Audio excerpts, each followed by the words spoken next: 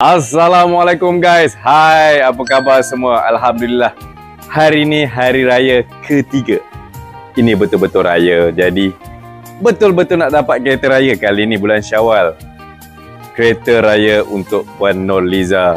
Okey. Puan Nurliza ni berurusan dengan saya, katanya macam mimpi je. Dap lepas loan. Dap dapat rebate. Rebate RM11,000. Dapat, alhamdulillah. So lepas tu dapat lagi komisen saya milik anda. Kereta kita dah siapkan Honda HR-V V-Spec 2025. Color yang dipilih semestinya color agak-agak memang kegemaran saya juga, warna merah ni. Lepas ni saya ingat nak tukar ribbon ni warna kuning. Baru timbul lagi sikit. Alright, yang paling penting komisen saya milik anda. Kereta kita dah siapkan atas permintaan customer. Dan lepas ni dia nak sambung lagi jalan raya.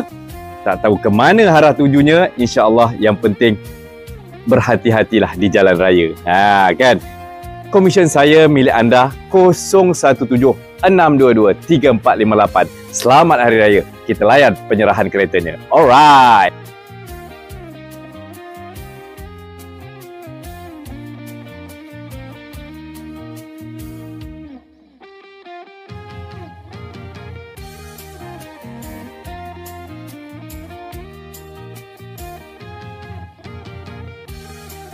Assalamualaikum guys. Hai, selamat petang. Hari ni petang-petang pun petang raya ketiga, kita nak serahkan kunci kereta kepada siapa? Ini dia. Puan Nurliza. Bukan kaling-kaling. Kalau dekat Melaka ni orang ramai terkenal dengan dia lah. Alamak ai. Okey.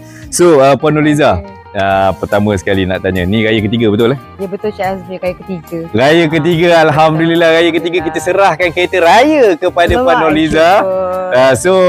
Lepas ni dia nak sambung tengok dengan baju, dengan gajah dengan raya dia. Nak jalan raya lagi.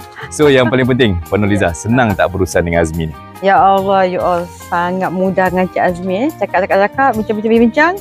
Saya rasa tak sampai satu hari, kita borak pagi. Ya.